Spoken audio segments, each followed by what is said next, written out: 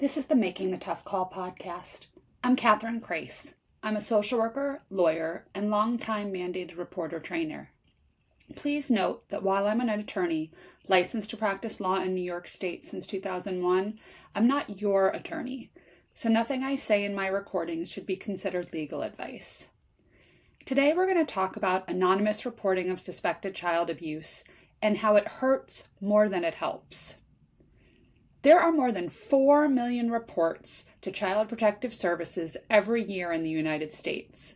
More than 70% of those reports come from professional reporters, largely required by law to make those reports. We call those people mandated reporters. Around 10% of reports come from people who choose not to identify themselves. We call these anonymous reports. Anonymous reports are among the least likely to be supported after investigation. About 1 to 10 out of every 100 investigations of anonymous reports finds evidence of abuse or neglect. That means that 90 to 99 out of every 100 of those investigations results in traumatic and unwarranted family intrusion. Anonymous reports have long been accepted by Child Protective Services hotlines out of what was deemed a necessity.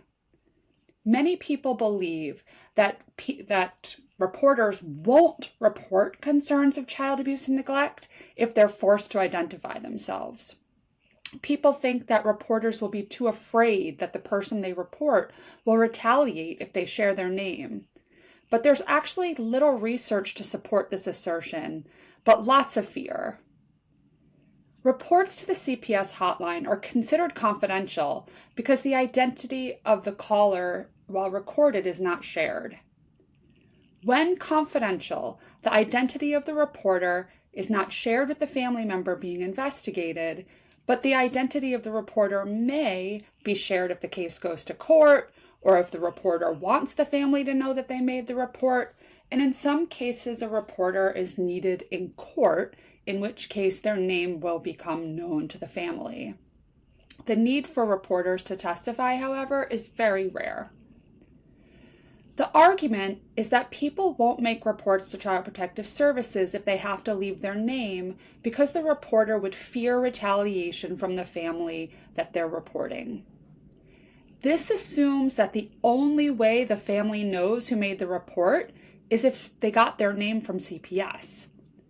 But families generally already know who reported them to CPS, even if no one tells them. I've worked with hundreds of families that have been reported to CPS, and very few of them were at a loss for who made the report. So claims that anonymous reporting shields reporters from retaliation, it's just simply untrue. Anonymity of the reporter really only protects reporters who make false reports. False reports to CPS are criminal offenses.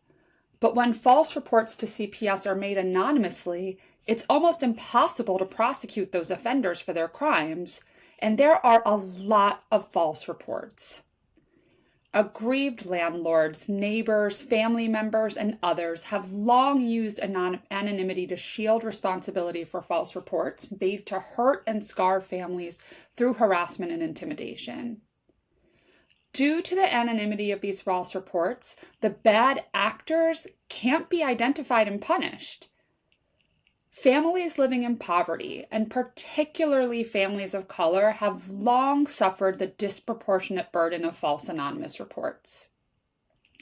Concerns for anonymous reports are not new. Over 40 years ago, there was already data on anonymous reporting that showed significant problems. A study found that anonymous reports created challenges also for investigators, because investigators couldn't clarify the information provided in the report because they couldn't follow up with the reporter who hadn't left their name. And in many cases in this research, they found anonymous reports were deemed false. As a result of these common experiences with anonymous reports, CPS investigators often treat anonymous reports with less concern, potentially resulting in the lack of identification of abuse and neglect. As a result of the significant concerns for anonymous reporting, actually 10 states have long had policies that require a reporter to provide their identity, though in practice, many of those states actually do accept anonymous calls. Parents and their advocates have long raised concerns about anonymous reporting. And as these concerns have become widespread, states like Texas and California have adopted policies that require reporters to provide identifying information. These policies have surprisingly often had bipartisan support, because policymakers across the aisle can sometimes agree that a move that could save money, reduce the burden of child protective workers to actually do their job, and ultimately save families and children from unwarranted trauma and of the intrusive investigation, that's a good thing to avoid. There are many who oppose the removal of anonymous reporting. These detractors stress the fear that such a policy would lead to people not making a report that could otherwise save a child's life. There's no way to disprove the validity of such a fear. However, these same detractors are usually the last to support financial services for families and children that would make children safer. We know that programs like universal child care and guaranteed minimum income are way more effective at keeping kids safe from harm. Currently, 2 states, New York and Colorado, are considering removing anonymity as an option in reporting, and I, for one, support these efforts. If we truly care about protecting a child who might be theoretically left unprotected due to this policy change, there are many more actually useful ways to protect that child than allowing anonymous reports. We should be investing in their families. For more information, resources, and training opportunities, check out my website, www.makingthetoughcall.info. Thank you.